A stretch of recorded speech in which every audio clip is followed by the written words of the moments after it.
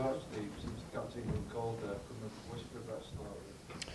Yeah, I thought we were good. Early periods.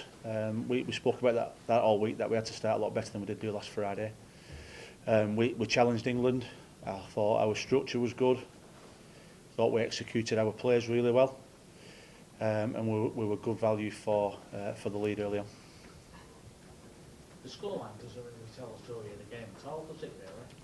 I don't think it does. No, I don't think it does. But all credit to England. You know, when we put them under a bit of pressure, and I thought, you know, the back end of the game, you know, they were getting better as the game went on. But I think when you take into consideration a really heavy penalty count, a sin binning, I thought the effort from our lads was sensational, to be fair. And I think anybody who questioned us being in this competition before this game, I'll not be questioning that after that performance. Do you think the sin binning was fair, Steve? Or No, I think it was harsh. I do. But you get those. You get those, and to be fair, we dug in with this. You know, when we went down one man. But yeah, I do think it was harsh. But you know, you get those kind of decisions. You just couldn't get the start of the second half, could you? Get possession and England got a bit of a roll.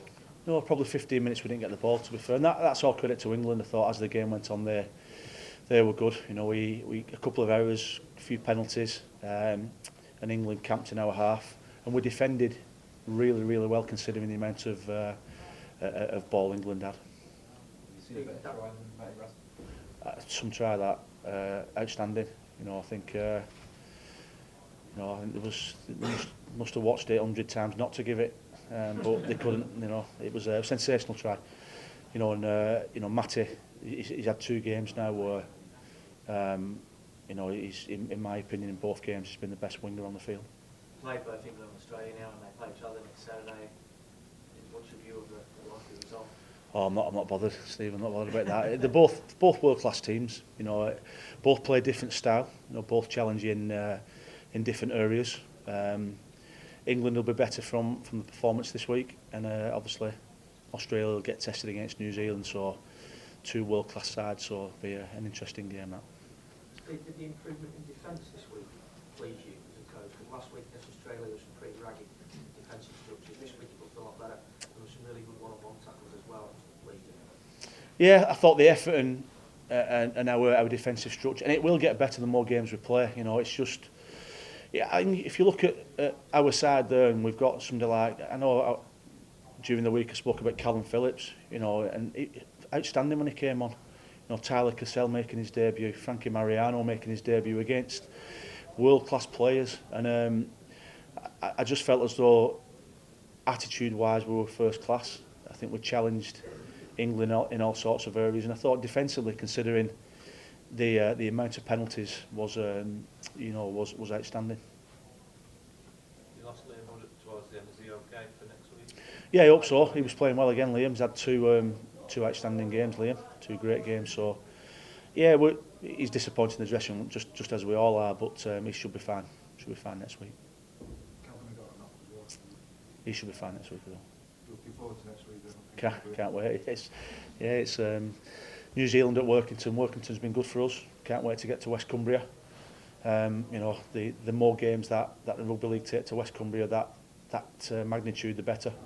You know, so the West Cumbrians will come out and support the game, and I wish it was tomorrow. Yeah, players probably don't, but I do. I think you might be able to cut some of the cold Friday night. We'll improve from this game. You know, we're, again, massive challenge next week, but we'll improve, and again, we'll go again next week. How much would you like the game in Scotland, Steve?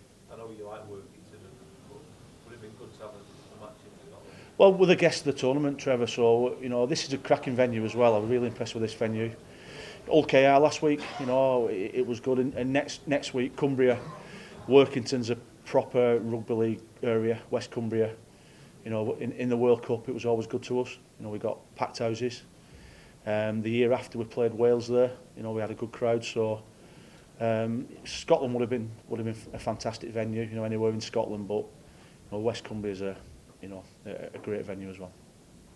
Can you envisage more players putting a hand up to play for you when they see displays like this? It's getting the word out, isn't it? That you know, if you look at at where we've come from, Phil, in a short space of time, it's phenomenal, really. You know, if you look at our player pool, I'd love to have a professional team up in Scotland to pick from, but that's a long way off, I think. You know, so anybody what says that, you know, the team is, you know, there's not got a lot of domestic players in there, but we want to do that. But you've got 24 players in that squad what will give absolutely everything. And if you spend a bit of time during the week with us with the squad, you'll realise how proud and how privileged, and you know, we've shown tonight we can play as well under tough circumstances with some of the penalties that we got against us as well. So in answer to your question, I think anybody watching this knows that it's a good place to be playing in the Scotland team. Hey, talk about what the players are learning, what they're getting out of it. Is there anything that you've taken that you've learned about yourself from the two games so far? Yeah, absolutely. Yeah, you're always learning, and for myself to be in this environment as well and coaching at this level, I've been fortunate to coach at every level of the game now. So it'll certainly benefit me, and pitting your wits against people like Wayne Bennett and Mal Meninga.